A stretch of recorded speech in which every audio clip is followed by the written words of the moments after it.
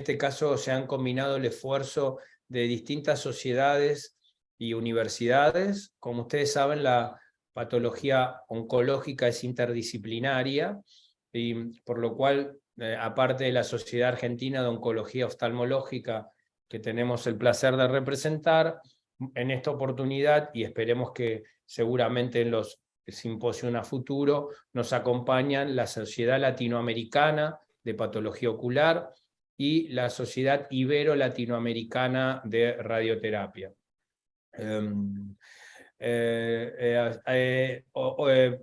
Por nuestros speakers extranjeros, ahora vamos a hacer una pequeña presentación en inglés. Thank you, Hani, and thank you, Abdullah, and Sotiria to be here in our meeting. This is our first international symposium in interdisciplinary ocular oncology disease, and it's a joint meeting between the Argentinian Society of Ocular Oncology, the Latin America Society of Pathology, and the Ibero-Latin America Society of Radiotherapy. Also, 3 universities sponsor us: the Buenos Aires University, Maimonides University, FATSA University, and all is under the umbrella and the support of the Argentinian Council of Ophthalmology. So we start with the first part of the symposium with the topic of the Professor Hani Hamsan from Egypt, from the Cairo University. Thank you, Hani, to join us, and also from our different times in our country. Thank you. Thank you very much, David, and it's my pleasure and honor to be among such distinguished panelists and the kind invitation for this meeting. I'm going to share my screen now. Can you see my screen? No yet. I'm sharing my screen, actually. It's just a moment. Yes, that's it. Share. Right. You can see it now, I guess. Yeah, perfect. Thanks. Perfect. Okay. Yes. Okay. My talk today would be about biopsy for choroidal tumors. Now, the first question we ask is, why biopsy? Because a mass anywhere in the body, if we discover any tumor anywhere in the body or a mass, the logic steps are to do investigations, then to take a biopsy to identify the pathology, and then you put your treatment plan. However, in the eye, we are accustomed to treatment without pathological confirmation. And we have to ask ourselves why. Simply because some complications may be associated with biopsy, especially with older techniques, and because of the fear of spread. So historically, Hirschberg in 1868 was the first to take a biopsy for an intraocular tumor. And at that time, he used a large bore needle or a trephine. And of course, what we expect is to have extension of the malignant tumor and visual loss because of complications. Now, why we change today? Simply, we have improvement in instrumentation, and we can do more precise procedures inside the eye. Also, the availability of genetic testing, both of these facts have led to better diagnostic and therapeutic procedures using vitreoretinal surgical techniques. What are the indications for biopsy? First of all, diagnostic indications. You have a confusing clinical picture, like an amelanotic melanoma, or you want to identify whether the tumor in the eye is a primary tumor or it has come from another source, or in other words, a metastatic one. You have a hemorrhage of media, and you need an ultrasonic guided diagnosis of the mass. Some patients refuse to be treated before cytopathologic confirmation. They tell you, doctor, why are you going to treat me? You don't have a pathology. Please. And also, cases of uveitis are very difficult to distinguish from ocular lymphoma, and this is an entity by itself. Also, another indication is prognostication. Genetic analysis can detect high-risk criteria in melanoma, like monosomy 3. And however, not all patients are willing to discuss the pros and cons of knowing the seriousness of their condition. What are the techniques? We can do vitrectomy and transretinal biopsy for posterior tumors and lymphoma. You can do a fine needle aspiration biopsy, either transscleral or transretinal, and transscleral incision biopsy or needle biopsy using the SN forceps. Transvitreal biopsy is usually for choroidal tumors posterior to the equator due to easier visualization of these tumors, and we avoid the more anterior structures like the lens and the ciliary body. We use the vitreous cutter or a needle, and in some cases, even the biopsy forceps. And visualization is done using the biome and the microscope. So the steps for transvitreal biopsy, this is a standard 25 gauge or better 27 gauge vitrectomy. You do a core vitrectomy and detach the posterior hyaloid, and then you detach the cutter from the machine and connect the aspiration to a syringe.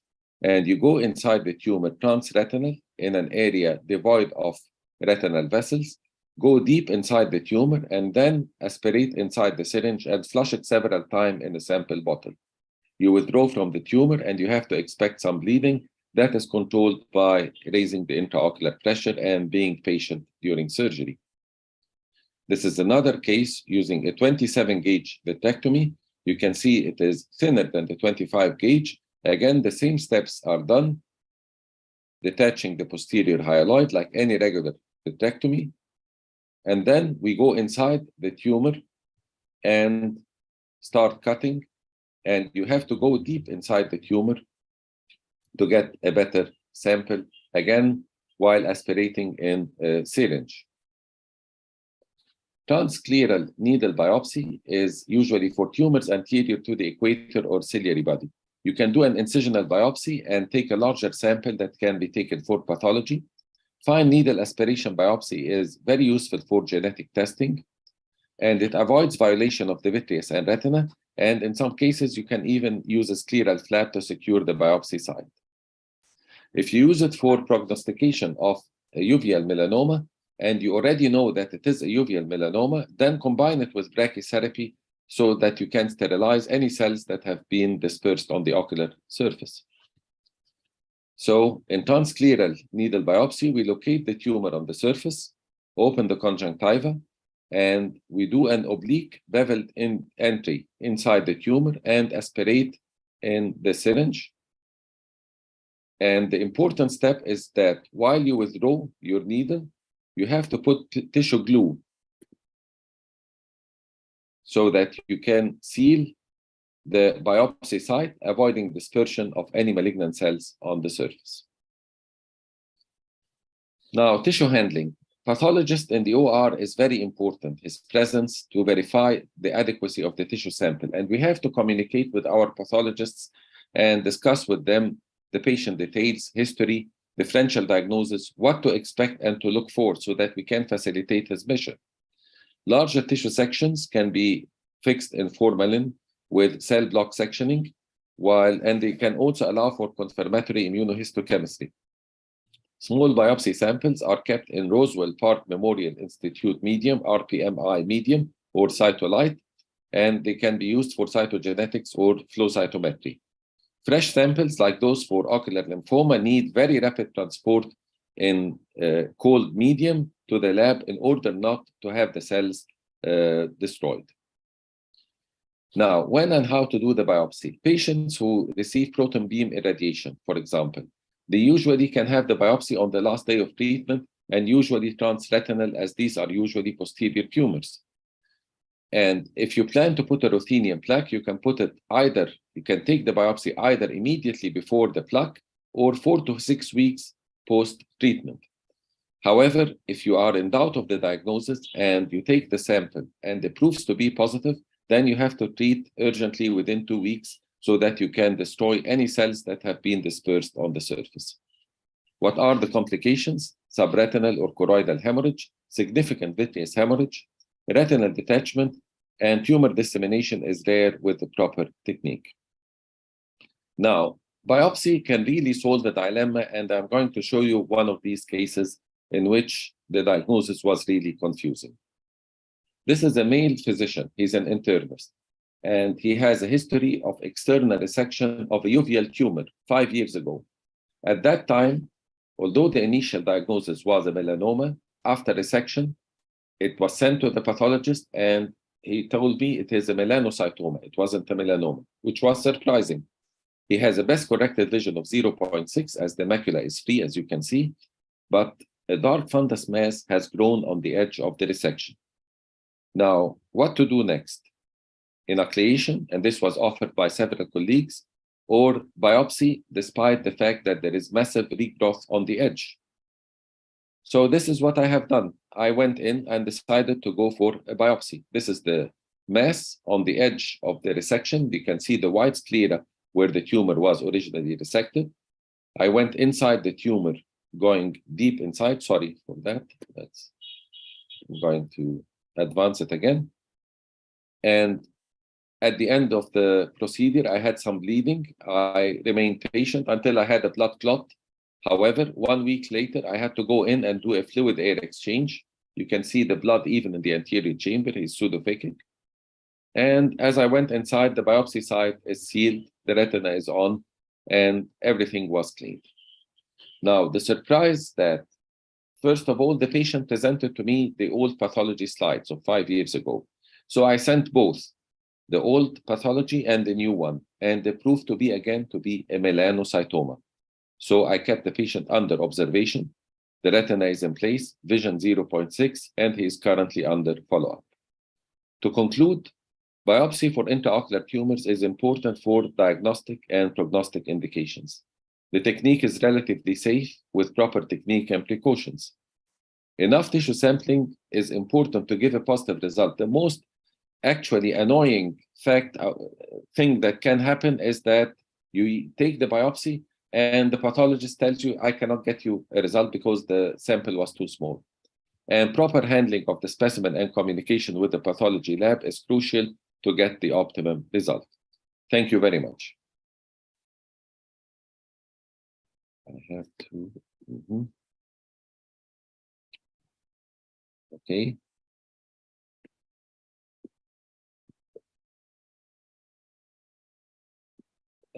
David, I cannot hear you. I don't know why.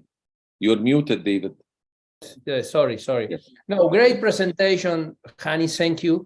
You know, many years ago, we have with Professor Zarate, and also we published maybe 20 years ago, an choroidal melanocytoma, Yes. similar the case I saw now.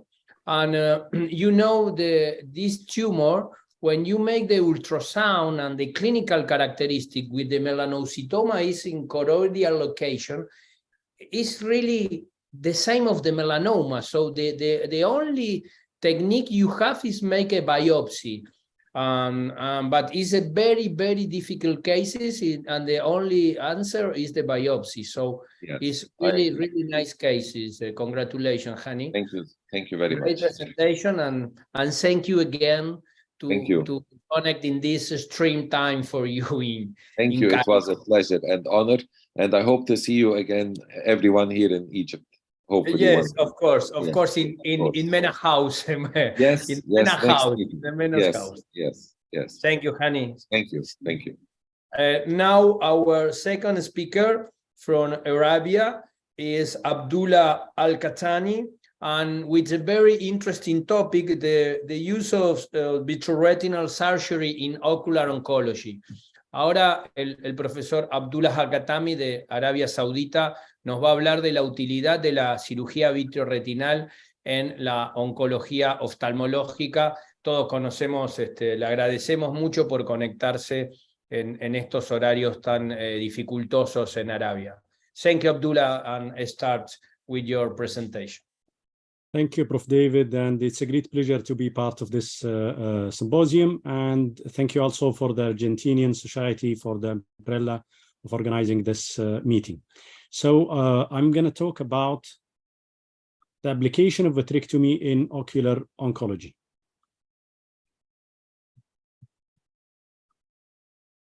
Is it visible now, Prof. David? Yes. Okay. Yes. So I'm going to talk about the application of vitrectomy in ocular oncology, and there is two parts of that actually. One is diagnostic, as the introduction done by Prof. Hani, and the other one is treatment.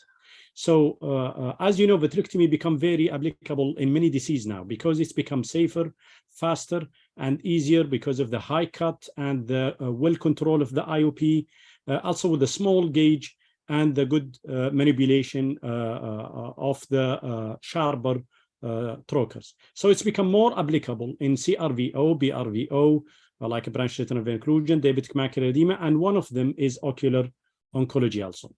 So one of the main standard diagnostic vitrectomy is in lymphoma. And it's a normal vitrectomy in which you have 3-port pars plana vitrectomy, but you have to remember to keep the infusion closed because you like to have a very concentrated, non-diluted sample. The target is to get 1 ml of a pure vitreous that should be obtained by the syringe and to be connected to the cutter or to the handpiece, either with or without the stopcock preferably. And just to notify this point is in the old vitrectomy machine, usually the connection is around 80 centimeter or 1 meter away from the handpiece. And this will make it difficult to do it. But with most of the new vitrectomy machine, you have the handpiece has its connection very close to the vitrectome itself. The specimen should be sent immediately to the cytopathology. Cytology is a very important. Your target is to get a pure sample that has to be centrifuged at 600 RPM for 8 minutes, just to get 1 to 2 vitreous slides, and all of that to augment the chance of having the malignant cell visible by the pathologist. After that, you can open the dilution, and the target is to send this specimen, which is diluted either for culture or for PCR. Cytokine dosage in the vitreous sample, which is also helpful for the diagnosis, mainly used for screening, but it could be helpful also for confirming the diagnosis by the cytology.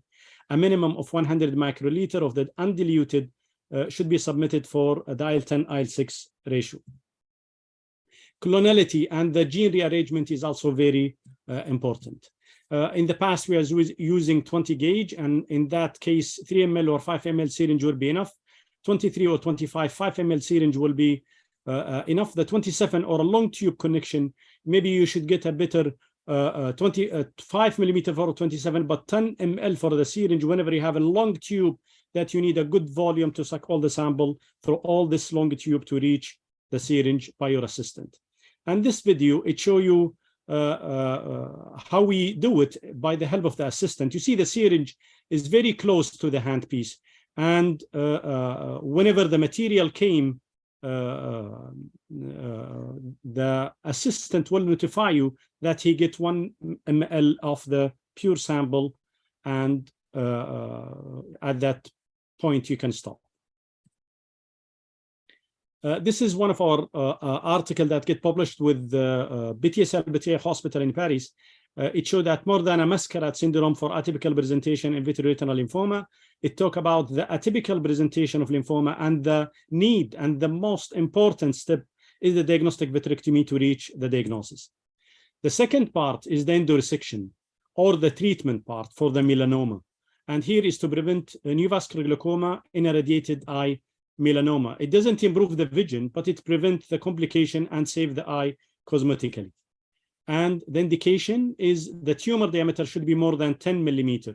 If the tumor is more than 15 millimeter, it's a very ischemic mass, and the exposure of the retina will maybe end up by the inoculation. So more than 15 millimeter diameter is an indication for inoculation, and more than 5 up to 15 is for endoresection. The thickness should be more than 5 millimeter to just justify the evidence of a mass that could be removed by the endoresection.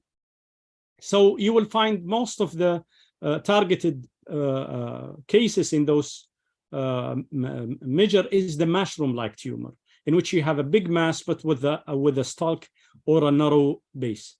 It should be after the treatment of radiotherapy, and this is actually controversial. Some people do the endoresection before radiotherapy, and some people do it after the radiotherapy. As this technique, if done without the pre-radiotherapy, people are afraid from the dissemination or the metastasis. This is how we do it. Usually, we do it actually by dipping the vitrectomy inside the eye. 20 gauge is better for faster cut, but if not, you can do the 23 gauge. The diathermy is always there to stop any bleeding. Increasing intraocular pressure is also helpful. Your target is to reach the white color of the sclera, so you clean everything. Make a circumferential laser or radiotherapy around the mass is not really mandatory. It's a controversial step. Some people do it, some people doesn't do it, because sometimes when you do the endoresection, you can eat those laserized area around the tumor itself. Sometimes you will get a difficulty to visualize the tumor itself. Tilting the eye right or left will avoid the reflection of a light because it's a white color from the sclera, and the reflection is more than the retina itself. That may bother or make a glare for the surgeon. So the severest in this study that has been done in Institute Korea in Paris also, it showed that the severest complication that usually lead to secondary inoculation is the neovascular glaucoma. And this is done by the ischemic material that's ischemic mass that done by the radiotherapy that can secrete a lot of VEGF, causing a neovascular glaucoma. And this is why treating those mass, ischemic mass, by anti-VEGF is controversial. If you try one or two will be not enough. And the idea is that there is a lot of ischemia, a lot of VEGF, that injection may be not really enough, except if you keep injecting for a long time and for a multiple injection. This is why endoresection is indicated. And if you can see here with this study also, it showed that 82% could be achieved in a reduction of a risk of developing neovascular glaucoma by the endoresection in those cases. We will just mention this study. It's a use of 25 gauge as a biopsy that has been gone for details with Prof. Hani before. Sometimes you cannot do a small biopsy by the vitrectomy itself.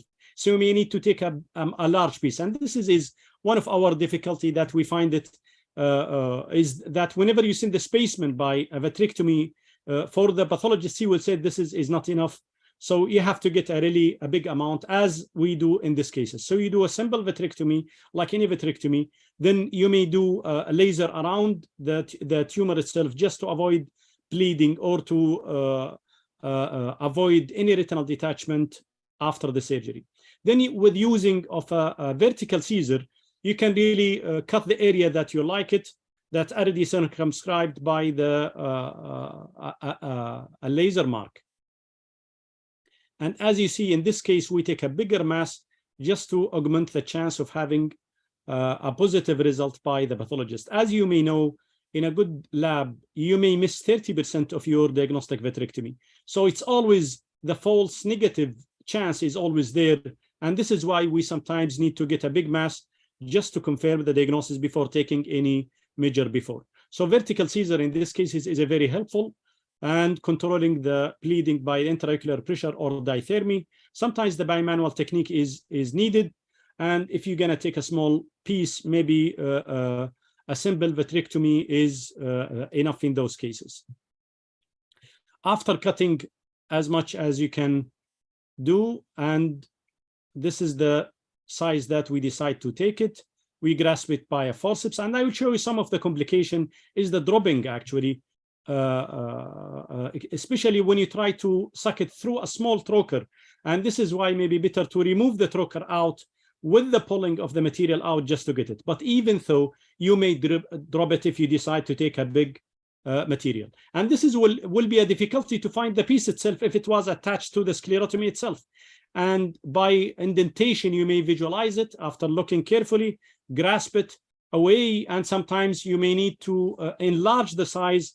So 18 gauge needle, I use it to maximize the size of the sclerotomy. Then I grasp it with the foreign body forceps. Grasping a big mass with the foreign body forceps is much better than the maxi grip or any other forceps. And you can take it easily by this way.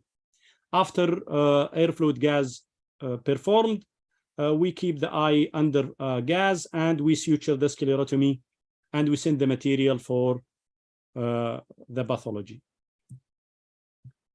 This is my part, and thank you very much.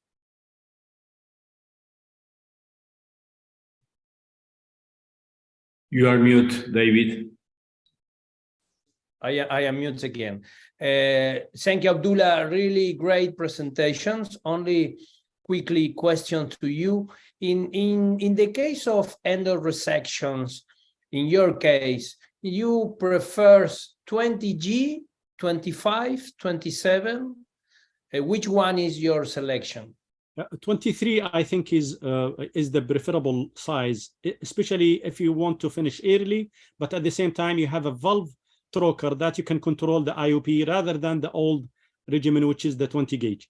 And some people use an air tamponade just to stop bleeding. And I think this could be augmenting the chance of having embolism. Some of the case reports had already published in that. So 23 gauge valve trocar is the best choice, but you have to put in your mind not to increase the IOP much, because this is made for some material through the cutted choroidal area for a metastasis or a dislodge. And radiotherapy after or before?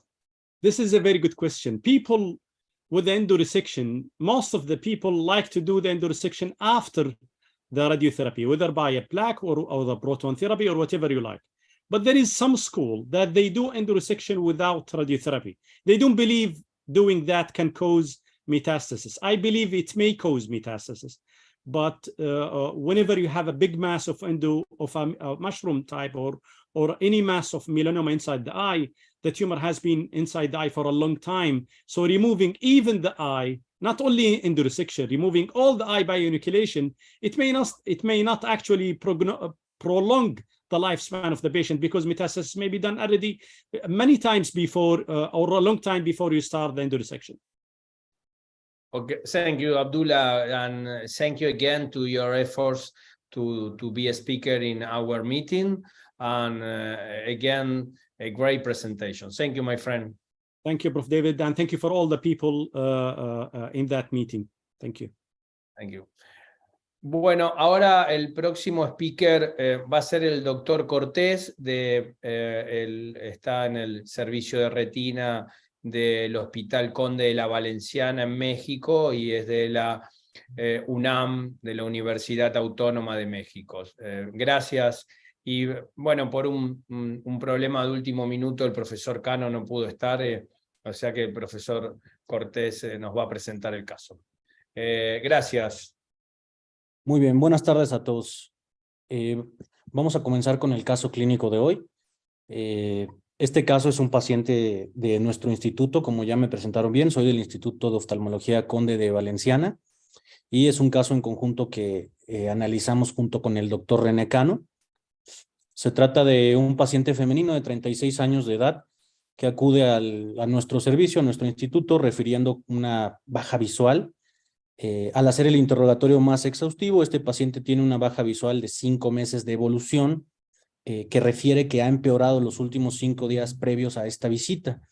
En cuanto al interrogatorio, nos damos cuenta que tiene el antecedente personal patológico de un tumor tiroideo benigno no específico que fue tratado ya hace 8 años sin ninguna complicación.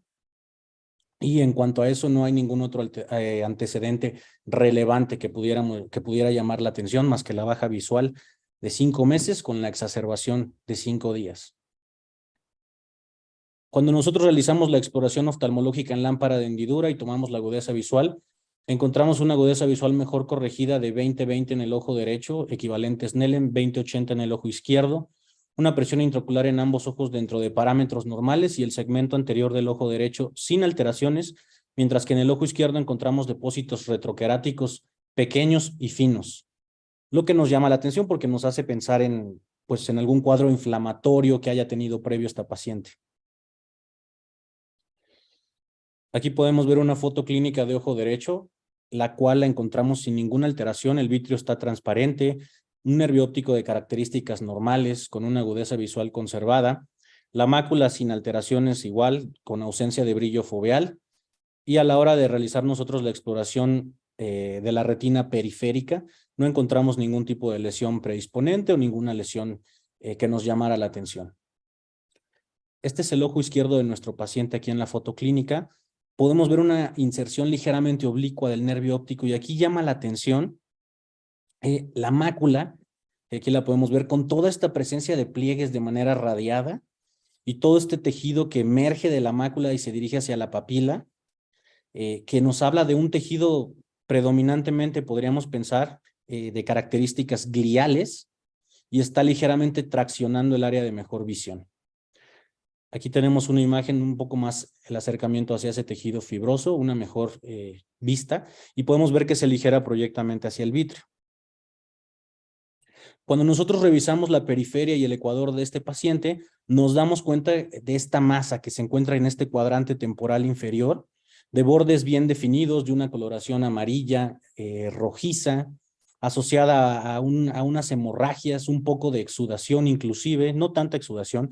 No hay presencia de pigmento y aproximadamente de 1.5 a 2 diámetros de disco. Aquí tenemos un acercamiento de la masa. Podemos ver que no se aprecian vasos tortuosos ni eferentes ni aferentes que nos llamaran la atención. Continuamos con la exploración del ojo izquierdo de nuestro paciente detalladamente, sin embargo no encontramos ningún otro tipo de lesión nodular o de lesión de tipo quística o como masa o exudación, solo esa que les presenté previamente. Decidimos realizar un abordaje multimodal con una angiografía con fluoresceína, priorizando en la lesión. A veces es difícil en lesiones muy periféricas, recordar que este estaba ecuatorial, hacer la fluorangiografía, sin embargo aquí sí la pudimos hacer. Como podemos ver aquí, las lesiones normalmente muestran patrones típicos o característicos en estudios de contraste, como puede ser la angiografía o el verde de hidrocianina. En este caso podemos apreciar toda esta área aquí en la zona de la lesión de hipofluorescencia por bloqueo, por las hemorragias. Sin embargo, cuando comenzamos a las fases arteriovenosas tempranas, vemos que empieza a haber un aumento de intensidad de esta hiperfluorescencia. Incluso podemos ver en fases que aparte de aumentar la intensidad, hay un aumento en la extensión. Estas son fases arteriovenosas medias, fases arteriovenosas tardías, y aquí encontramos fases arteriovenosas ya más tardías todavía, e incluso aquí ya es recirculación, donde podemos ver que aumenta la intensidad y la extensión. Decidimos realizarle una tomografía de coherencia óptica. Aquí esta es una tomografía de dominio de tiempo. Como podemos ver, no tenemos una de dominio espectral. Como podemos ver, en cuanto a esta tomografía, queríamos valorar qué tanto estaba esa membrana causando pliegues a nivel del área macular del ojo izquierdo. Este es el ojo derecho sin ninguna alteración, como podemos ver, la interfase vitroretiniana normal. Este es el ojo izquierdo y aquí encontramos toda esta línea hiperrefléctica, así como distorsión tanto de las capas externas de la retina como de las capas internas, esto debido a la membrana. Decidimos solicitarle una ecografía ocular, un ultrasonido, en el cual se realizó previamente un modo A estandarizado, el cual mostraba una refractividad, un patrón alto, característico de este tipo de tumoraciones, así como esta lesión aquí en este cuadrante temporal inferior, bien definida, sin borramiento o sombra coroidea. En cuanto al diagnóstico, ya con estas imágenes podemos llegar a la conclusión de que estamos ante un caso de un tumor vasoproliferativo, y una indicación en este tipo de pacientes es la realización de una vitrectomía, especialmente en tumores vasoproliferativos que se asocian a una MER por un cuadro inflamatorio previo, a baja visual, que es el caso de nuestro paciente, y a metamorfopsias, que no es el caso de este paciente. Sin embargo, el paciente fue programado para vitrectomía en nuestro instituto, pero la membrana logró desprenderse regresando a una agudeza visual mejor corregida de 20/20 en escala de Snellen. Entonces, como podemos ver aquí, 15 días posteriores a la liberación de la MER, aquí la podemos apreciar de manera mejor. La agudeza visual del paciente se encontraba en parámetros normales, sin ninguna alteración, por lo cual le realizamos la tomografía, encontramos aún la distorsión de las capas de la retina, de las capas internas, ya no tanto de las capas externas. Sin embargo, ya es una mejoría con respecto al estudio previo que les había yo mostrado. Aquí tenemos igual la tomografía. Aquí tenemos esta reproducción 3D de lo que es la mácula y el área que teníamos con pliegues, que ahora ya se desprendió totalmente, por lo cual nuestro abordaje en este caso fue el abordaje de observar a la paciente y mantenerla en un seguimiento constante. Hay que recordar que normalmente en las membranas epirretinianas hasta un 5% tienen una involución espontánea. Normalmente las membranas epirretinianas en un 80% existe un desprendimiento de vítreo posterior, sin embargo hay un 5% en la que no hay este desprendimiento y posteriormente se desprenden, como es el caso de nuestro paciente, y la agudeza visual, como en este caso, puede llegar a mejorar inclusive hasta un 100%, como lo tenemos aquí. Esta es la tomografía de la misma paciente del mismo ojo a 7 meses de seguimiento con una agudeza visual de 20/20 en escala de Snellen.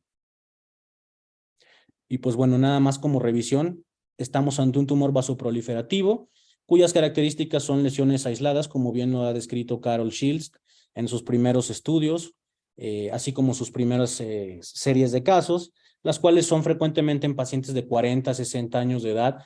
En su mayoría son tumores primarios, y en cuanto a los tumores secundarios, se asocian a uveitis, corioretinitis y algunos antecedentes de ROP, e inclusive algún tipo de distrofias retinianas. Son lesiones ecuatoriales de predominio temporal inferior y presentan exudados, telangiectasias y vasos eferentes. El tratamiento es muy discutido, no existe un tratamiento estándar, por eso les puse este paciente, porque lo ideal es que se haga crioterapia, que se haga braquiterapia, que se haga inclusive láser, tratamiento anti-VEGF. Incluso algunos estudios recientes hablan del infliximab como un tratamiento o un anticuerpo monoclonal. Sin embargo, como podemos ver en este paciente, pues menos es más. El simple hecho de no hacerle la vitrectomía y con esa tan buena agudeza visual y ese desprendimiento espontáneo de la membrana, lo llevó a solamente mantener al paciente en un seguimiento. Y bueno, es importante siempre tener en cuenta los diagnósticos diferenciales, haciendo un correcto abordaje de cada uno de nuestros pacientes, como puede ser algún hemangioma, algún amartoma o inclusive en algunos casos alguna vitreoretinopatía exudativa familiar, que no es el caso de nuestro paciente. Y pues muchas gracias por su atención. Muchas gracias, doctor. Excelente caso, muy interesante. El tumor vasoproliferativo y realmente las proliferaciones en la interfase vitreoretinal son una de las características. Una pregunta, en estos casos, ¿tienen correlación clínico-patológica con respecto a la estructura de la membrana? En este caso, nosotros no tenemos correlación clínico-patológica. Sin embargo, yo creo que sí valdría la pena, pero no quisimos someter a la paciente a un procedimiento invasivo. Pero ese es un debate que existe en los tumores. Claro, claro. Sí, ese es un debate que existe en los tumores. Pero digamos, habitualmente si le sacas, tenés la indicación quirúrgica de estas membranas epirretinales, en las biopsias a veces suelen aparecer realmente unos miofibroblastos relacionados con el tejido vascular, que bueno, realmente son membranas muy traccionales, ¿no? Sí, claro, inclusive ese ha sido un tema de debate porque sabemos que muchos aún no aceptan el tumor vasoproliferativo como un tumor per se. O sea, piensan que solo son áreas de gliosis asociadas a vascularización. Entonces, Exacto. Probablemente si se hubiera realizado la vitrectomía en este paciente, sí hubiéramos mandado el tejido a un análisis para correlacionar histopatológicamente este caso. Además es muy extraño que se haya liberado porque justamente tiene una alta adherencia al endotelio vascular, así que por ahí es más frecuente en un Packer macular idiopático, digamos, ¿no? que Claro. en un caso. Es realmente un caso muy infrecuente, muy interesante. Bueno, muchas gracias. Vamos a pasar a nuestra último speaker, la doctora Solaria Paluria de Grecia. Realmente, bueno, es una excelente especialista en los temas corneales y conjuntivales, y eso es donde va a estar el foco de su presentación, y además es profesora asociada de nuestra universidad. Así que bueno, vamos a pasar el tema que ya ha sido enviado. El Sotiria Paluria, entonces, nuestra próxima speaker. Gracias.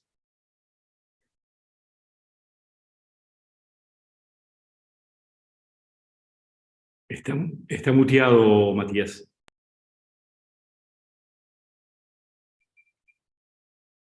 Okay. Hello, everyone. My name is Sotiria Palyura, and I'm an ocular surface disease specialist in Athens, Greece. I also spent time in Cyprus as well as in the United States, where I did all my training. I would like to thank Doctors and Professors Keradia, Pelayas, and Serrata for the invitation to be here with you today to talk about one of my favorite topics, ocular surface tumors, and in particular, ocular surface squamous neoplasia and conjunctival melanoma. I'm a consultant for ALCON, which is not relevant to this presentation. So let's start by talking about how to approach a patient with an ocular surface tumor. And what we need to do first, like we always do, is to take a careful clinical history. So we have to ask about how long the lesion has been there on the ocular surface, if it has increased in size, if it has changed color, if there's any bleeding associated with it, or if there are any other focal morphological changes or changes to the adjacent architecture, let's say, of the eyelids. And then we need to assess the risk factors that the patient has to present with an ocular surface tumor. So the risk factors for ocular surface squamous neoplasia, which you see on the right of the screen, are sun or UV light exposure, smoking, history of skin cancer, personal or family history, the disease xeroderma pigmentosum, HIV or immunosuppression in other forms, as well as infection with the HPV 16 and 18 viruses. For a woman, one can ask if she ever had a positive pap test, and for a man, if he ever had genital warts. For conjunctival melanoma, we know that risk factors are the presence of primary acquired melanosis, or PAM, or a conjunctival nemus, and we do know that the incidence increases dramatically with age. It's very rare to see a conjunctival melanoma in people younger than 45 years old, and it's more common in the greater than 85-year-old age group. The rest of the risk factors are not really well understood, but they're probably similar to skin melanoma, such as fair skin and hair, history of sun exposure, personal or family history of skin cancer, as well as a genetic predisposition. In terms of genetics, we now know that conjunctival melanoma is much more common to cutaneous melanoma and is very different from uveal melanoma. For example, up to 50% of conjunctival melanomas possess the BRAF mutation that is also present in about 50% of cutaneous melanoma and is never found in uveal melanomas. Other mutations that are commonly found in uveal melanomas are not found in conjunctival or skin melanomas.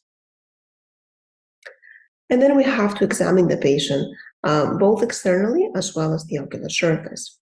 So we start by observing how the patient looks as soon as he enters the room. And we look at his face or her face and his or her hands. And we're looking for UV-related skin changes. If someone has history of a lot of sun exposure, we can see these changes on the skin of the face and the hands. Then we palpate the regional lymph nodes, because both of these tumors, and in general ocular surface tumors, will first metastasize to the regional lymph nodes. We always invert the eyelids, because sometimes something may be hiding under the eyelid. And we note the location on the ocular surface. Is it adjacent to the limbus, where an area that has been exposed to the sun for all of the patient's lifetime, or is it deep in the fornix, an area that has never been exposed to the sun, and maybe the patient is genetically predisposed to have this tumor? We assess for feeder vessels, and we also assess whether the lesion is mobile or fixed. We can do that using a cotton tip applicator and some topical anesthetic drop.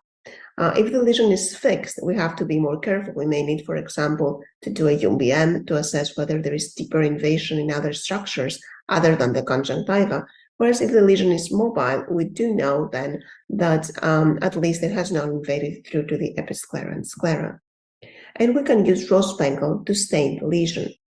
If the lesion stains, then it's more likely to be an ocular surface squamous neoplasia rather than a subconjunctival tumor like conjunctival melanoma, a subepithelial tumor, like conjunctival melanoma. And then we need to know the clinical features of OSSN, or ocular surface squamous neoplasia, and of melanoma. So let's start with OSSN. OSSN is the most common non-pigmented conjunctival tumor. It is generally less aggressive than melanoma, and it can metastasize, but metastasis is rare. It typically presents in older Caucasian males with history of sun exposure. But in patients with HIV or xeroderma pigmentosum, OSSN can present at a much younger age. These patients can have OSSN in both eyes at the same time, and the course is certainly more aggressive with frequent recurrences. The term OSSN is actually, by the term OSSN, we mean a spectrum of slowly growing conjunctival and corneal lesions. Starting with dysplasia, where you only see dysplastic epithelial cells in the epithelium, to conjunctival intraepithelial neoplasia, where the epithelium is partially replaced by tumor cells, and there is an abrupt transition from the normal to the abnormal epithelium, to squamous cell carcinoma in situ, where the epithelium is totally replaced by tumor cells, but the basement membrane remains intact, and to invasive squamous cell carcinoma, where the basement membrane has been breached and the tumor cells have invaded deeper into the chorion. The classic clinical features of OSSN is it can present as a gelatinous lesion, a papillomatous one, a nodular lesion, a leukoplakic, or an opalescent when it is only present on the surface of the cornea. Let's see now the clinical features of melanoma. So melanoma is quite rare, with the annual incidence being about 2 cases per million, although it is on the rise because Earth's population is aging. So for example, in 1980, there were only 50 cases per year in the United States, and now there are about 200 cases per year. Although it is rare, it is one of the tumors that can kill the patient. The 10-year risk of local recurrence after a complete excision with negative margins is up to 60%, and the 10-year risk of metastasis is up to 25%. So 1 in 4 patients will have a metastasis from conjunctival melanoma, and once they do, the median survival is very low. This is why it's very important for us to be able to distinguish conjunctival melanoma from other ocular surface pigmented and non-pigmented lesions. So typically, conjunctival melanoma presents as an elevated pigmented lesion with prominent feeder vessels in the interpupillar area near the limbus in white adults.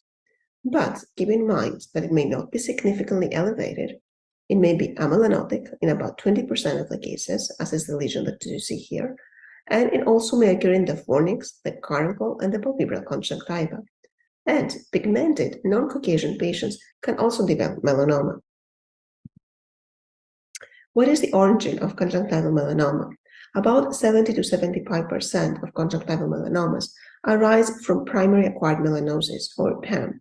20 to 25% arise de novo without a pre-existing lesion there, and only 5 to 7% arise from a pre-existing conjunctival nevus.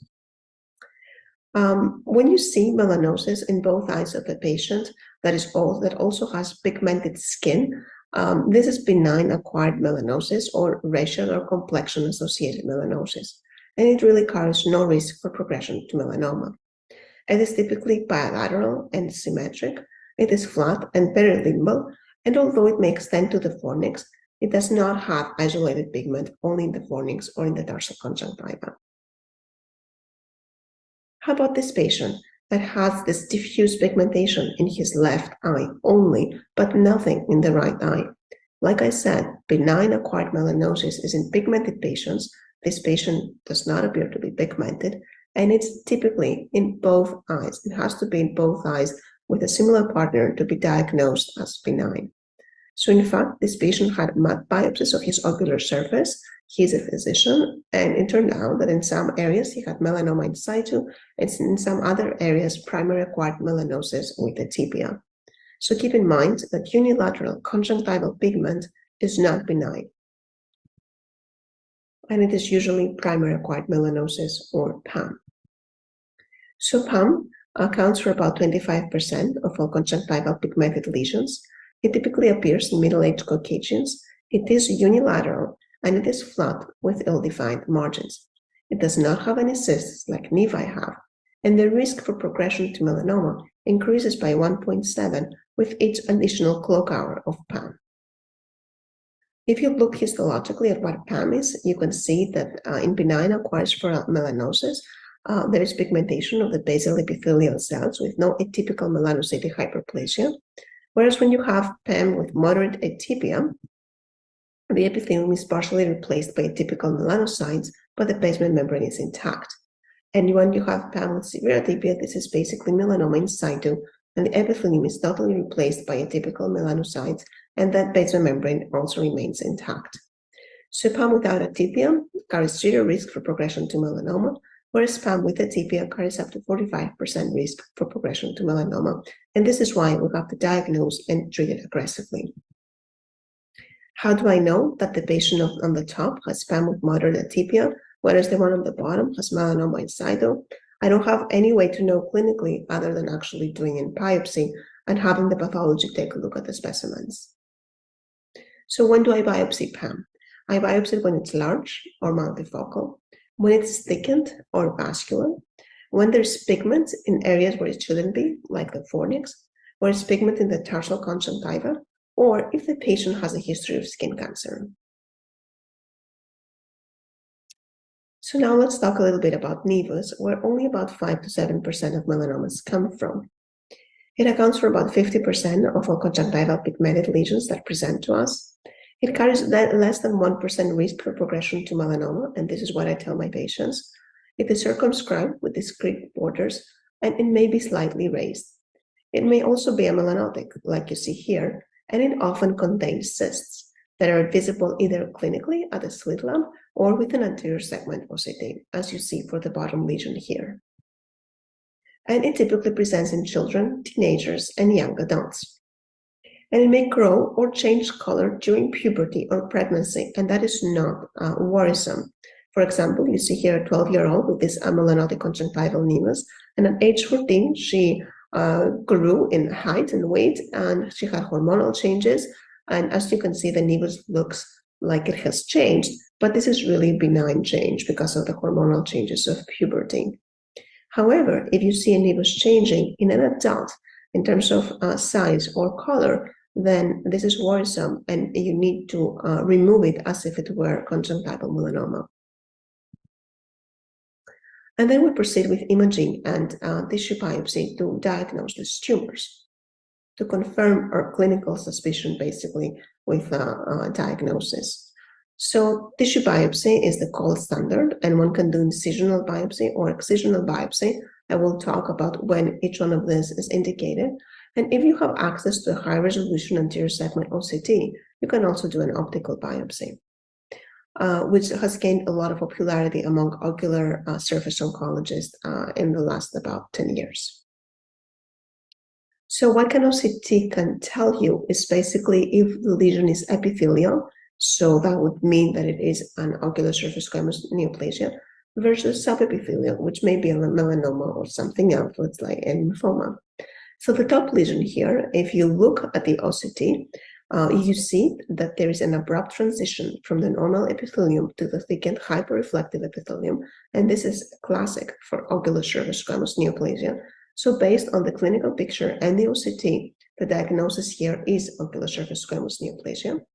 Whereas in the bottom lesion, the epithelium is thin and the lesion is subepithelial. So what the OCT tells me here is that the top lesion is OSSN, but the bottom lesion is not an OSSN. And when I went ahead and excised that lesion, it turned out that it was an amelanotic melanoma.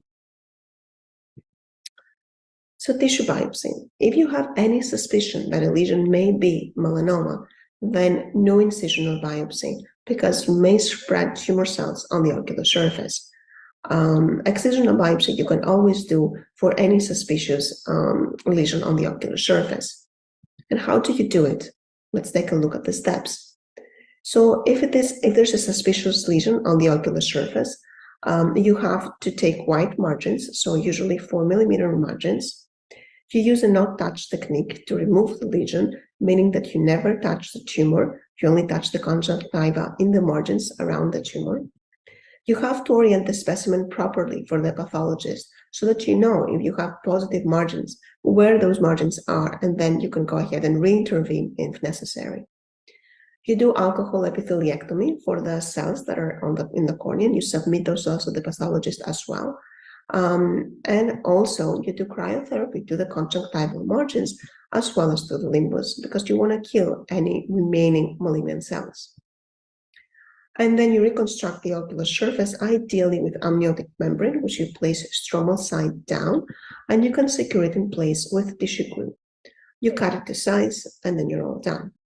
So this is in case you have a suspicious lesion that the OCT is not helpful enough to tell you if it is OSSN. So if it's not, you don't know that the lesion is OSSN, and you think it is suspicious for a tumor, you have to excise it the way I just said, I just told you. But if you have an OCT that is diagnostic of OSSN and the lesion clinically looks like an OSSN, then instead of doing the excisional biopsy I just described, you can also proceed with medical therapy, which is topical interferon alpha 2b, 5-fluorouracil 1%, and mitomycin C.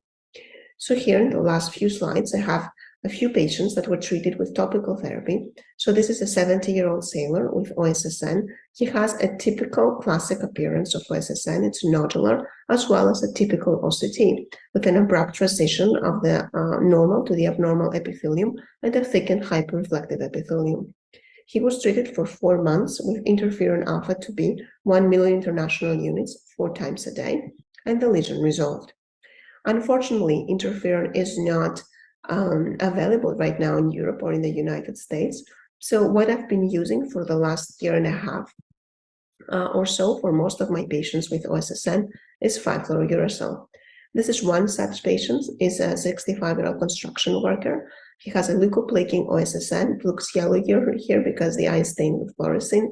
He has a typical OCT with an abrupt transition from the normal to the abnormal epithelium and a thickened hyperreflective epithelium in the lesion.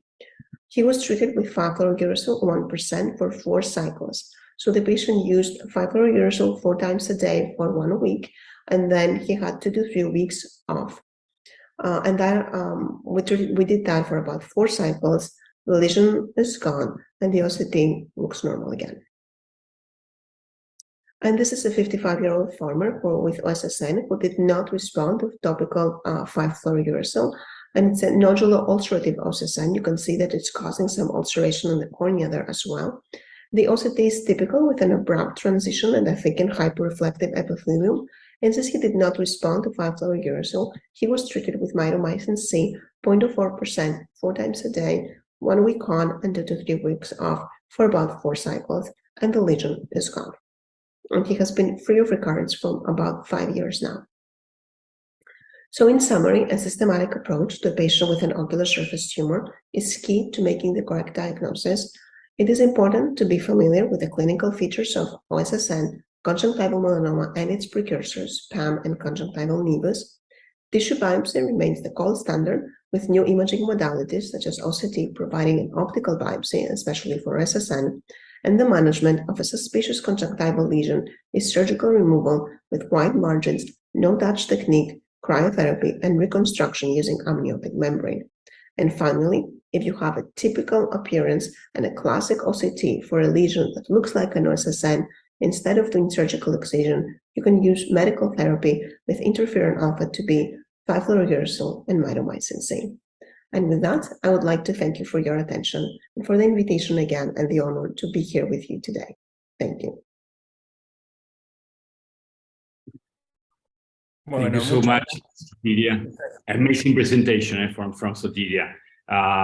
Y una vez más para los cirujanos del segmento anterior, lo importante que es la biopsia y curiosamente el correlato entre la clínica y el OCT del segmento anterior, ¿no? Como un punto interesante. David, muchas gracias. Gracias, Pablo. A continuación vamos a pasar a la parte de patología y el profesor Zárate va a presentar el tópico y la Sociedad Panamericana, perdón, la Sociedad Latinoamericana de Oncología Oftalmológica. Profesor. Bueno, en primer lugar, quiero brindar un aplauso a todo lo anterior. Excelente, excelente todas las presentaciones que han satisfecho, digamos, todas las preguntas que uno podría tener con ellos. Excelente. Nosotros vamos a hablar de un tema del cual estamos trabajando hace 29, 30 años aproximadamente, es biopsia óptica digital de la retina sobre la base de la pixelometría, que la usamos tanto desde el punto de vista pixelométrico, es decir, de las medidas de los píxeles, pixelográfico, es decir, de las formas que tienen los píxeles, cómo se dibujan, y píxelo-arquitectural, porque es la manera en que se juntan los píxeles. Eso hace que todo esto constituya una cosa muy, muy interesante, porque es una verdadera patología digital, porque los resultados se tienen de movimientos que no son químicos, sino que son todos físicos. Pero para llegar a eso vamos a decir entonces que el título es biopsia óptica digital en patología oftálmica por la teoría pixelométrica.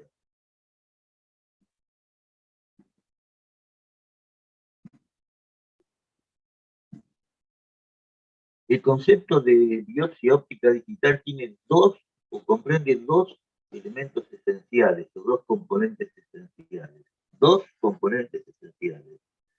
El primero es la amplitud del uso que nos da la tomografía de coherencia óptica, generando imágenes de alto poder resolutivo que llegan, por decir algo en algunos casos, a 8 micrones en el diámetro celular y menos también.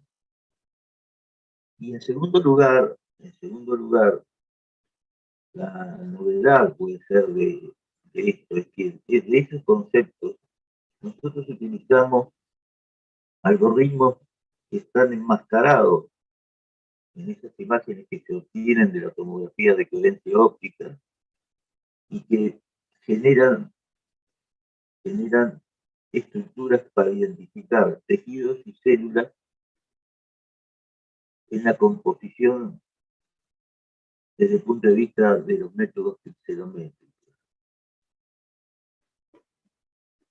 Es decir, que para trabajar en lo que uno está trabajando se necesita simplemente, pero obviamente, lo que está arriba, que son OCT de primera categoría, o muy bien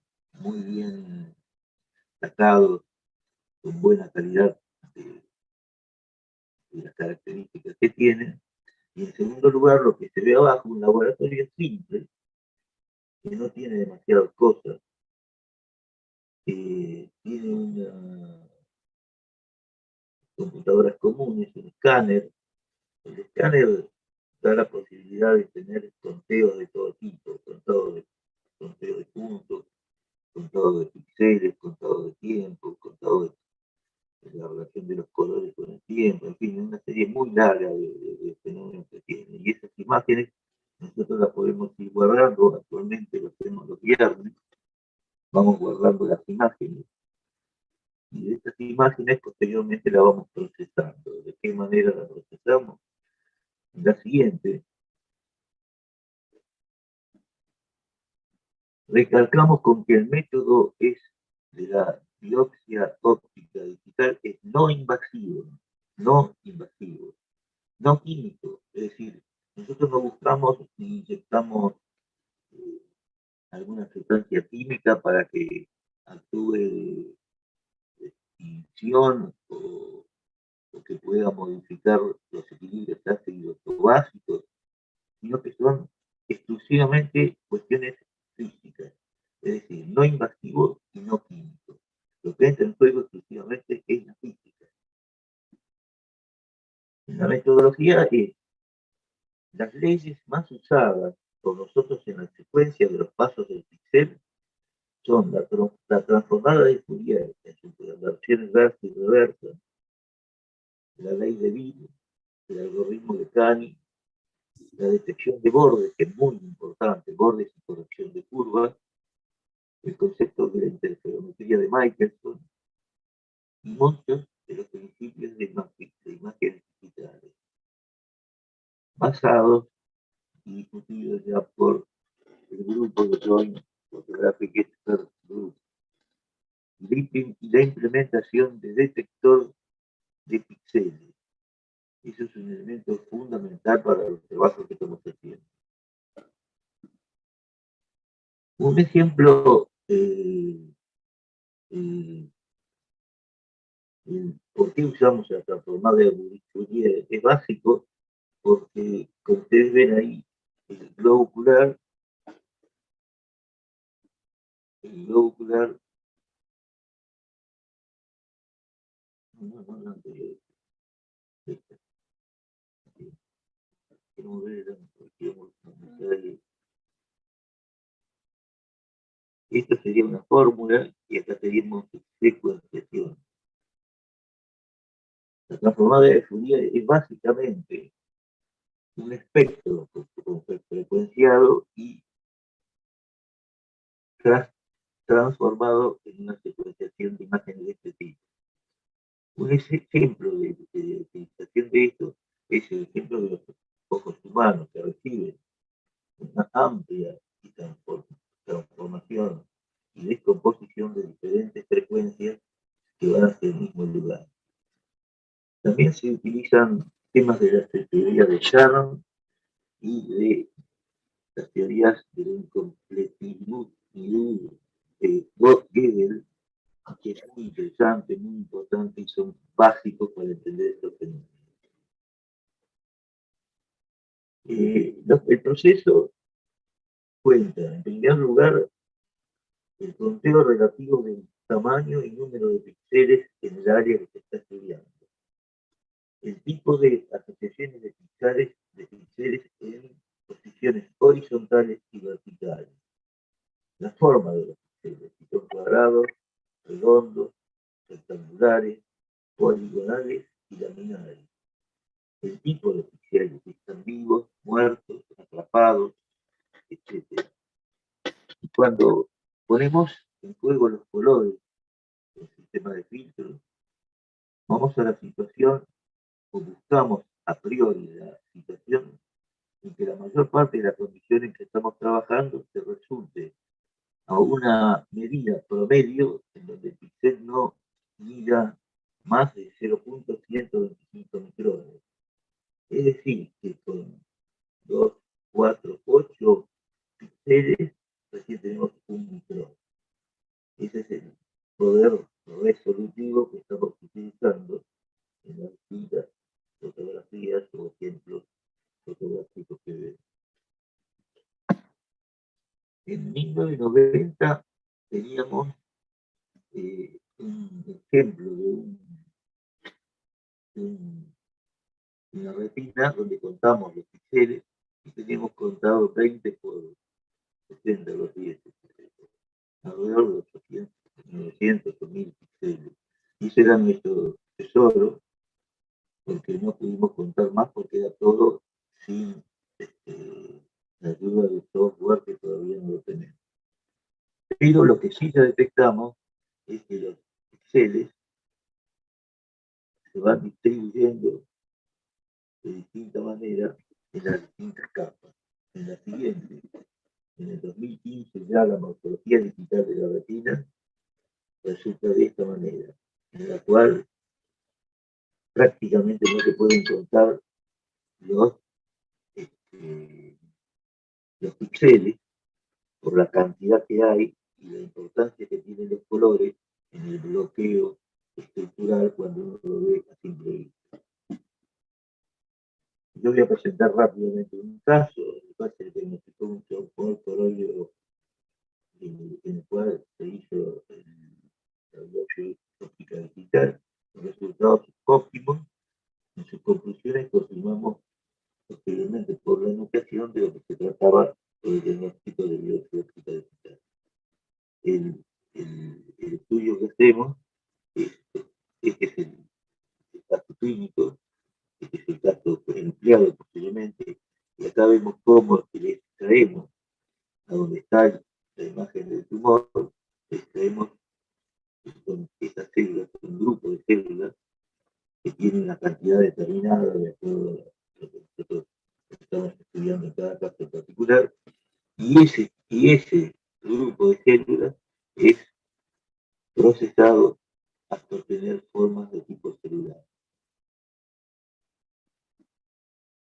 Acá vamos viendo las diferentes imágenes que uno tiene, como van apareciendo, sobre todo los bordes, como el borde es lo que va iniciando y anunciando.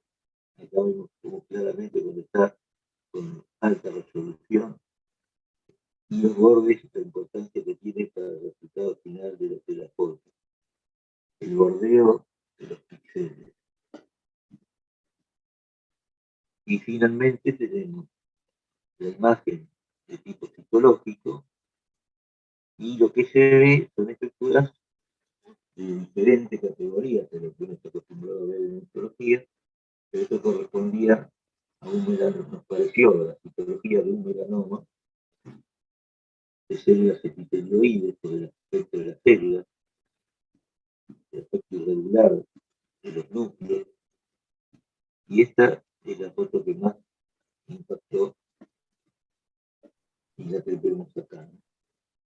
Entonces, la biopsia óptica digital es una técnica no invasiva, en la cual la composición de los tejidos y las células pueden ser descifradas.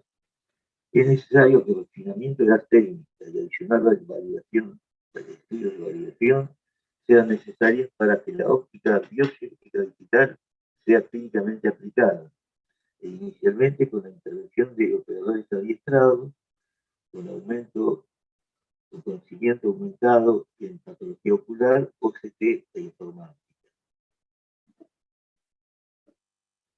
Para concluir, yo quería remitirme a una frase que la dijo Warkowski y colaboradores en el 2004, que apareció publicada en American Journal of Ophthalmology, y dice: cuando parecen disminuidas las posibilidades de nuevas moléculas para desentrañar los misterios de la vida y la muerte, surge un nuevo diseño físico, como el núcleo secuencial de las estructuras dinámicas. Y ese es el píxel. Y es lo que estamos tratando de desentrañar. Y este es un breve resumen de lo que estamos en esta bibliografía. Muchas gracias.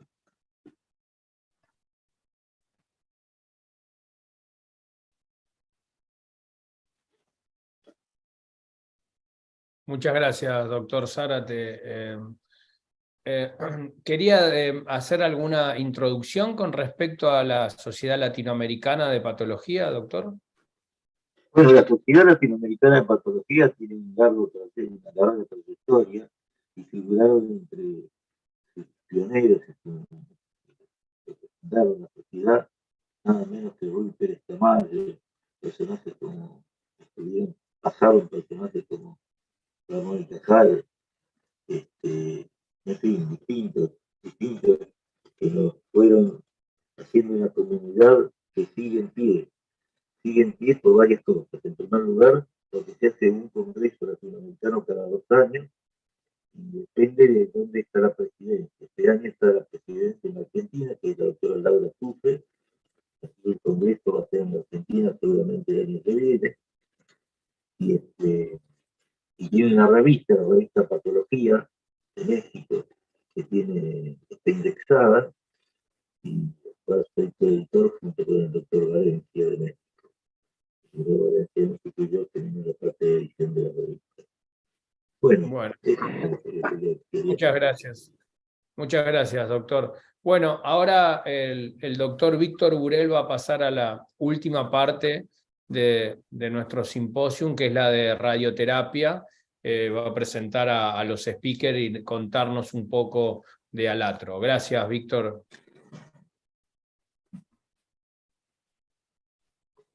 Estás muteado, Víctor. Estás muteado. Mis disculpas. Decía David que agradecíamos desde Alatro la invitación a este simposio tan multidisciplinario, y en particular para radioterapia, una especialidad particularmente multidisciplinaria dentro de sí misma, con médicos y físicos trabajando conjuntamente la multidisciplinaridad nos es muy conocida. De modo que simplemente mis palabras son para agradecer, y vamos a tener dos presentaciones de radioterapia. La primera la va a hacer la doctora Marcela de la Torre, que es un past president de la Sociedad Ibero-Latinoamericana de Radioterapia, y la segunda presentación a cargo del doctor Marcos Santos, que no puede estar presencialmente, porque en este momento está en un congreso en Europa, y de alguna manera por eso estaba yo en la presentación en nombre suyo como en este momento representante de CONOSUR en Alatro. De modo que sin más que este agradecimiento, le pediría por favor a la doctora de la Torre que comience con su presentación. Y muchas gracias nuevamente.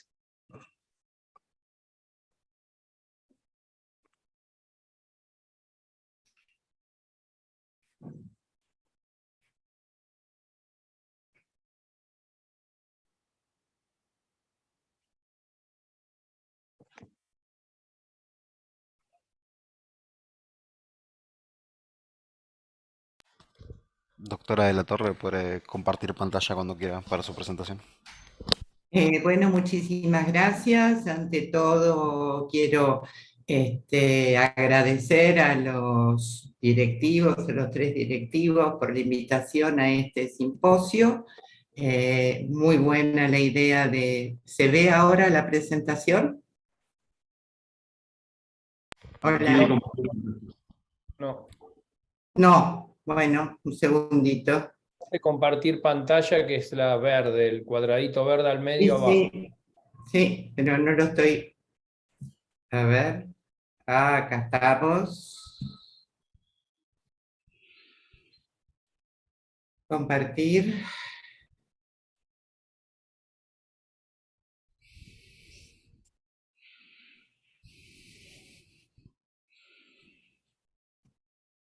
¿Ahora? Ahora sí lo vemos, doctora.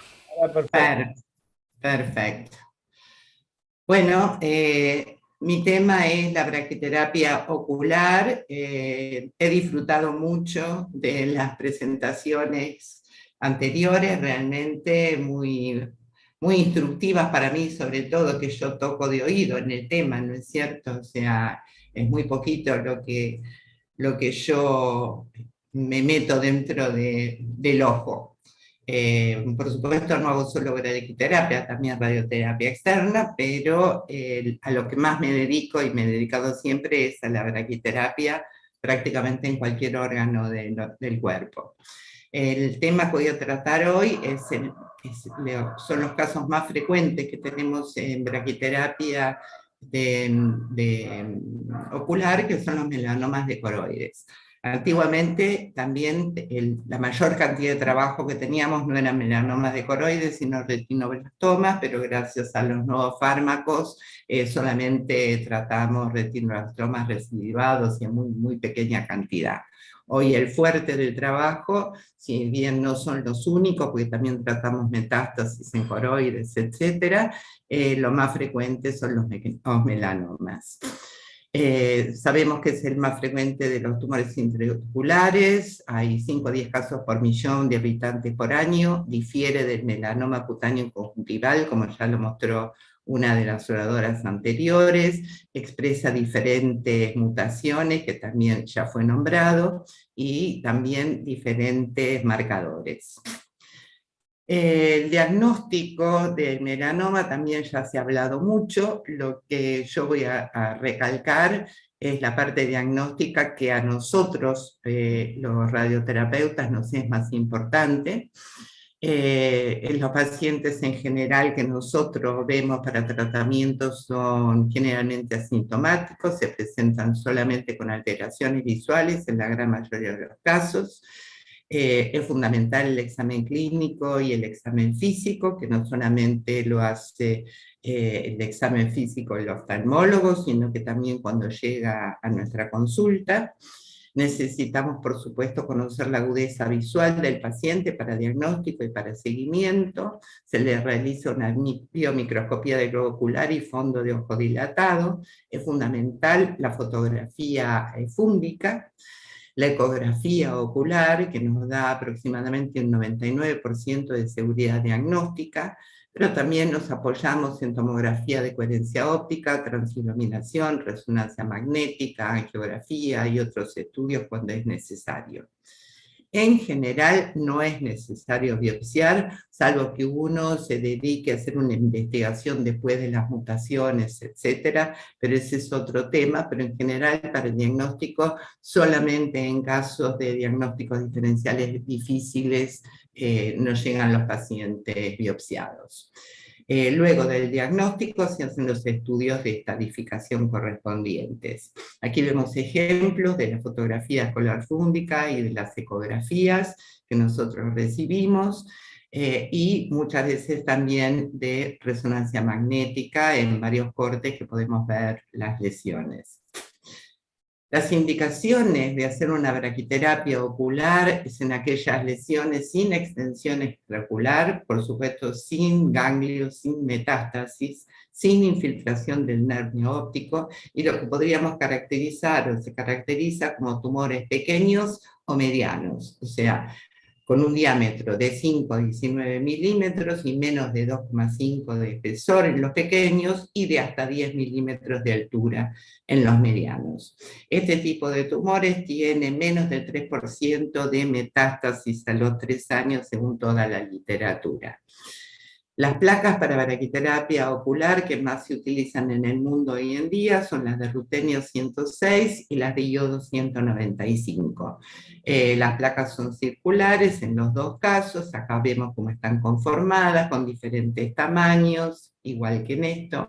La en rutenio lo que tiene es una irradiación siempre homogénea, porque está el radioisótopo en toda su circunferencia, mientras que con iodo 125 se puede hacer lo que se llama conformar la dosis, si en algún sector no hay melanoma presente y no es necesario tal margen, se puede obviar la colocación de algunas semillas, y entonces ya no es una isodosis circular, sino que puede tener una forma alterada de acuerdo a la necesidad del paciente.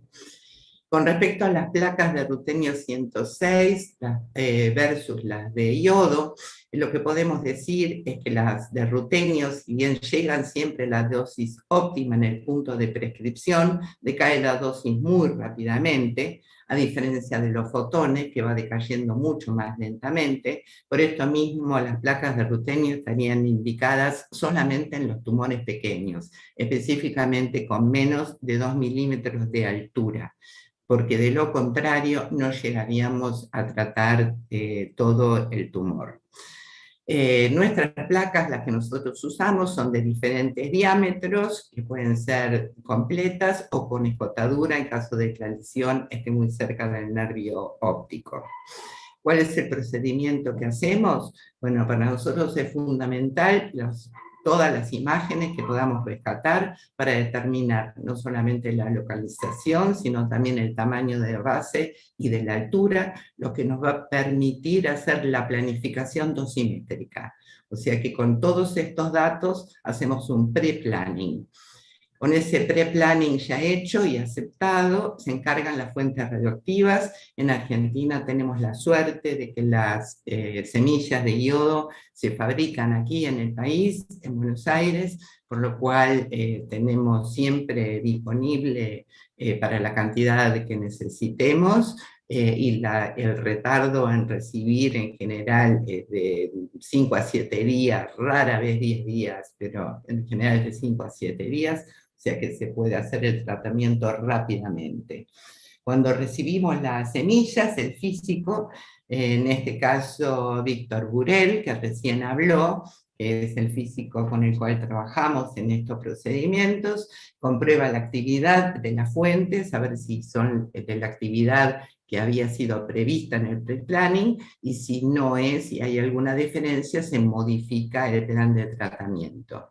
Se cargan las fuentes en la placa radioactiva y una vez con la placa cargada se entrega la placa al oftalmólogo para su colocación. La dosis estándar con las placas de iodo 125 son 80 grays al apex para el caso de los melanomas. La distribución de la dosis, como vemos, esto es por supuesto un esquema, pero estas dosis se pueden superponer en cualquier caso. Vemos cómo llega prácticamente a todo la dosis, a toda el ojo posterior. Las imágenes del procedimiento, el procedimiento para el oftalmólogo avesado es sumamente sencillo. Tienen, por supuesto, que estar muy fija y suturada la placa para poder estar realmente con una buena colocación y para que no se mueva luego de colocada y de que el paciente esté despierto y en actividad. El tratamiento es ambulatorio, o sea que después sale el paciente del quirófano, con la placa colocada se va a su casa. Se va a su casa durante las horas o los días necesarios para realizar el tratamiento completo.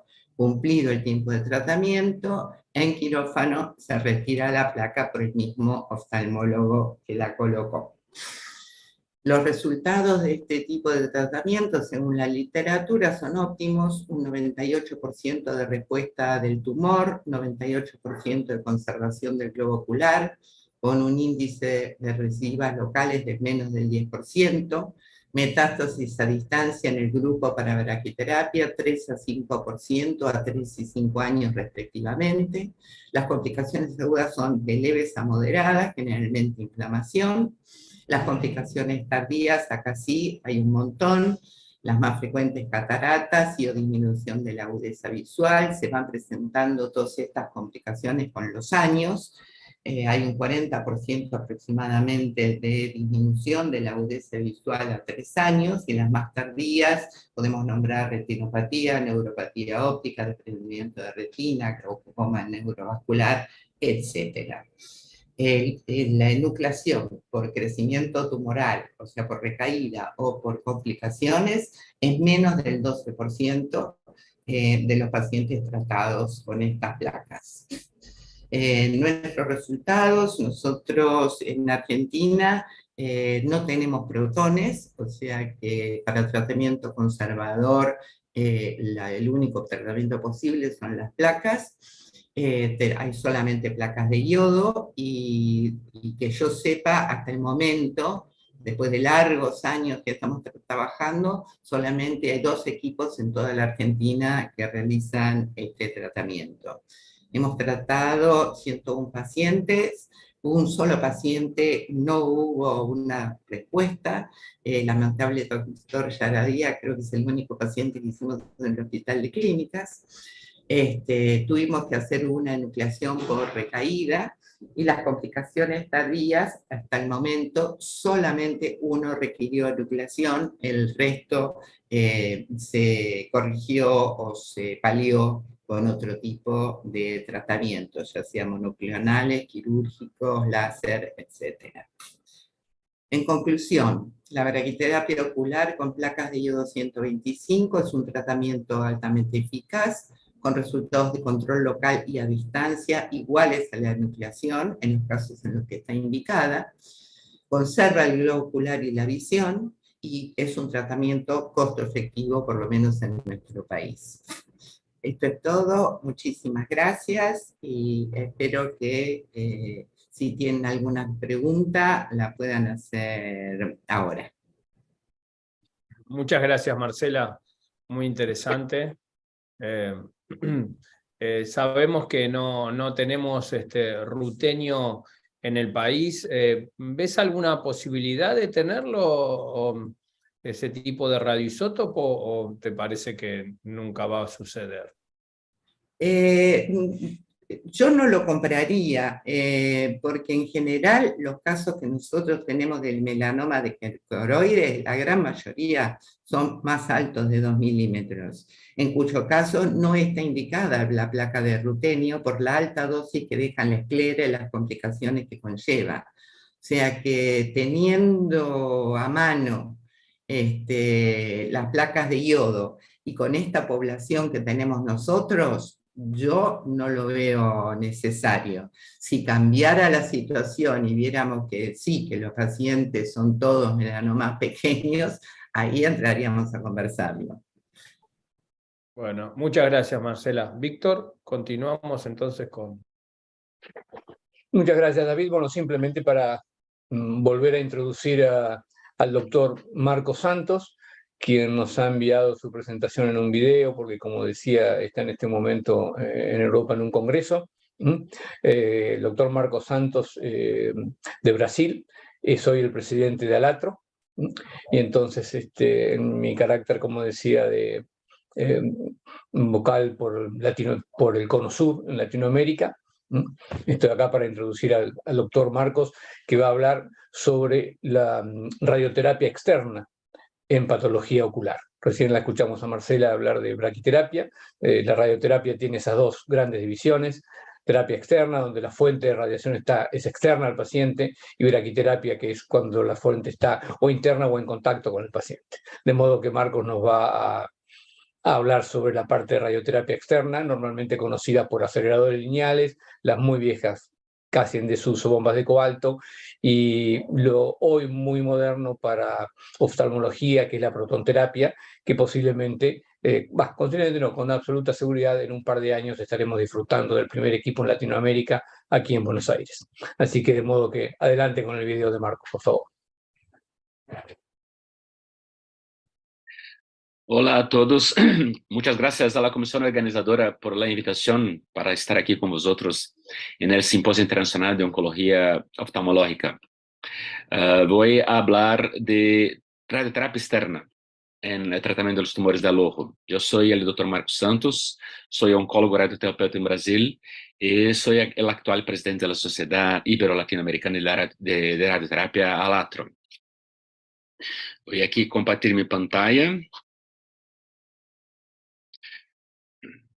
Bueno, empezando, entonces, el objetivo, por supuesto, de la radioterapia en los tumores oculares es, en primer lugar, la curación del paciente y, si posible, preservar la visión.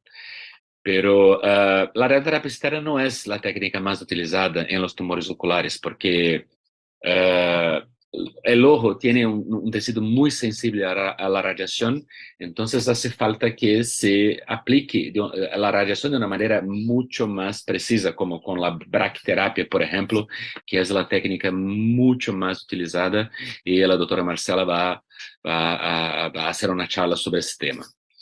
A mí me tocó entonces hablar de la radioterapia externa, que es una alternativa en algunas situaciones. Voy aquí a describir en los 8 minutos que me han sido dados, intentar hacer un resumen de las situaciones donde la radioterapia externa puede ser una alternativa para los pacientes. Empezamos por los linfomas de la conjuntiva. Estos son tumores muy radiosensibles, y la radioterapia externa sí puede ser, incluso aquí, la principal opción, porque es necesario tratar toda la conjuntiva del paciente. Entonces, si puede hacer un haz anterior de electrones, se pone una protección en el cristalino para disminuir la posibilidad de que haya catarata, pero es una complicación de fácil tratamiento en el futuro si el paciente desarrolla esta complicación. Y se hace alrededor de 26 hasta 30 grays en 13 a 15 fracciones, con resultados muy buenos. Aquí está un dibujo de la técnica. Se pone una protección aquí en el cristalino y con electrones se puede tratar todo el ojo con un nivel de complicación muy bajo. La más frecuente aún que se proteja el cristalino es la catarata, pero los pacientes pueden desarrollar también ojo seco, que puede ser tratado con lágrima artificial. Un otro tumor frecuente en lo cual el tratamiento puede ser la radioterapia externa son los melanomas o los tumores escamocelulares del ojo. Son tumores que son más radioresistentes, necesitan de dosis más importantes de radiación, por eso es más complicado el tratamiento con radioterapia externa, y si hay disponibilidad de protones, estas son las partículas que deben ser utilizadas por la posibilidad de una mejor definición del volumen blanco y la posibilidad de no tratar tejidos sensibles. Se suele hacer cuando los protones están disponibles, 32 grays en 6 fracciones, después un boost de 14 gray en 3 fracciones, según esta experiencia aquí publicada en 2006, con un control local de 70% y buena visión en 65% de los pacientes, 2/3 de los pacientes, aunque la mayoría haya desarrollado el ojo seco, que puede ser tratado, como hemos hablado ya, con la lágrima artificial. En el caso de los tumores intraoculares como el retinoblastoma, también la radioterapia externa no es la técnica más utilizada, pero es una posibilidad, es una opción cuando los tumores son muy grandes o múltiples. Se puede utilizar rayo X o protones en la dosis que se suele hacer es de 40 grays en 20 fracciones. La radioterapia de toda la órbita es una técnica de tratamiento importante cuando hay un riesgo alto de recurrencia local. Esto se pasa, bueno, estos factores de riesgo están descritos en la literatura, pero los más importantes son estadio 1, con tumor intraescleral, o estadio 2, tumor extraescleral microscópico, o cuando se hace la resección del nervio óptico con márgenes comprometidas. Es mejor siempre aquí en esta situación hacer bractoterapia, pero cuando hay invasión del hueso es importante una distribución de dosis que se queda más difícil de hacer con bractoterapia, un tumor más agresivo, entonces la radioterapia externa puede ser una opción cuando hay invasión del hueso, y estos pacientes suelen necesitar también de quimioterapia. En el melanoma uveal también, otra opción, otro tumor, en lo cual la bractoterapia también es mucho más frecuente, pero haz de protones puede ser una alternativa con dosis de 60 grays en 4 fracciones, y hay alguna experiencia con la estereotaxia, con la utilización del gamma life. Se empezó haciendo 55 grays en dosis únicas, después se percibió que no hace falta llegar a dosis tan altas, se disminuyó hasta los 31 grays con seguridad y efectividad a largo plazo. Entonces, el gamma knife, cuando disponible, también puede ser una alternativa para el tratamiento de los melanomas uveales. Agradezco una vez más la oportunidad de estar aquí con vosotros. He tenido que ser rápido aquí para mantenerme en el tiempo que me ha sido dado, pero tendré mucho gusto en contestar. Si alguien tiene alguna duda, puede enviar un correo.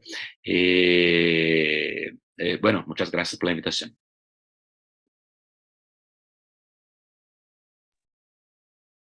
Muchas gracias, Víctor. Muchas gracias, doctor Dos Santos. Esperemos la próxima vez tenerlo en vivo, y le paso la palabra al profesor Chiaradía.